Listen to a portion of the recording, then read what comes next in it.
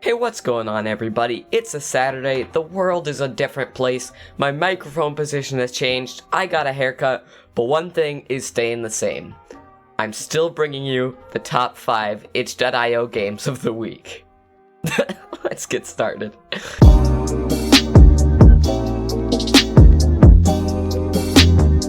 Alright, so let's just jump straight into it. In our number 5 spot, we have a game called AWER by It's Nemo. Now, this is like a chaotic wave-based fighting game where you play as a hand and you can control each of the fingers.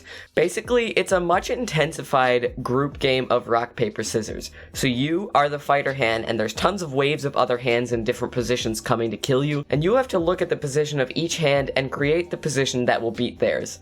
It's really fun, it sounds like an odd concept, and you know, it is an odd concept for sure, but I had a ton of fun playing this game, and if you're the type of person that likes to play wave-based games and see how far they can get, improve their score each time, then this is definitely the game for you. As always, the links to all these games will be down below in the description, so definitely go check those out. Alright, moving on to our number 4 spot, we have an indie game called I Hate It Here by Ryjav Norbak.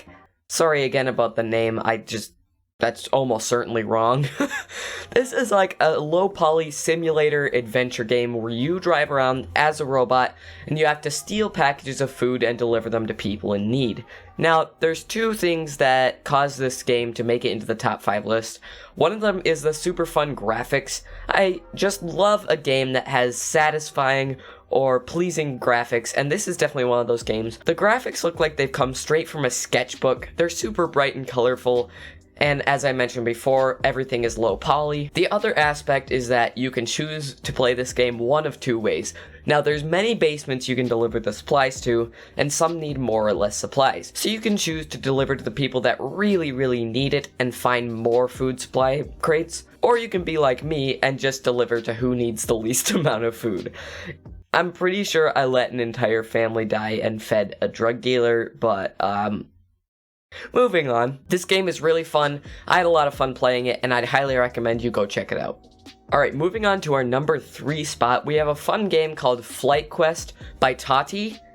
I'm thinking not the celebrity. This is an adventure flying hang gliding simulator where you have to control your hang glider and fly it through loops. It can either be played using a mouse and keyboard or a USB controller, which is great for me. You guys know I love my Xbox controller.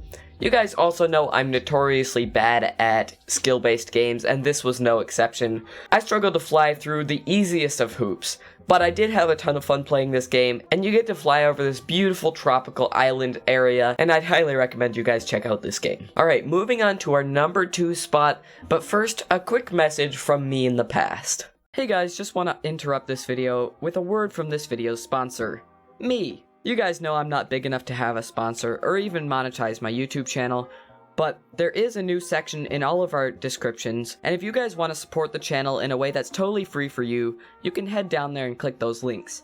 Even if you buy none of these products, if you buy anything from Amazon within 24 hours of clicking the links, I get a small commission. Thanks so much for considering, and back to the normal video. Alright, we're back with our number 2 spot, and this is gonna be a fake game by a fake studio. That's right, I ran out of ideas, so I made one up. Just kidding.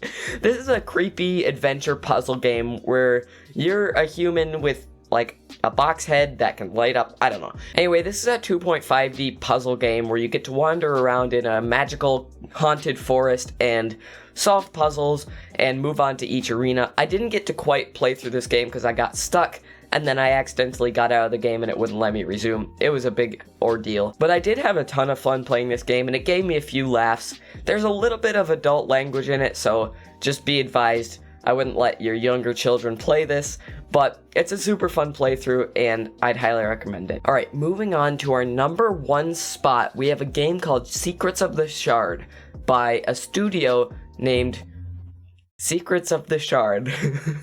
This is an action-adventure puzzle game. It's again a 2.5D game where you're running around in a post-apocalyptic world, solving puzzles to get into new areas. What I really like about this game is that there's a good balance of many things. There's puzzles that you have to solve, there's turn-based combat, and there's skill-based levels where you have to jump and roll around lasers and time things out just right, not to mention there's a pretty great story to boot. Now again, I didn't get to play through this whole game, but I could tell it was really well made and it was just going up. I'd highly recommend that if you're gonna check out any of these games, you check out this one because it was very well crafted and they deserve the top spot. Anyway, thanks so much for watching this, and since I didn't get to do my normal intro, I wanted to let you guys know I always play all of these games live on stream, and I make tons of other indie game related content, so if you like that kind of thing, make sure to hit the subscribe button, and hey, if you got some value out of this video, would you mind hitting the like button and sharing it with someone you know? Thanks a lot, bye.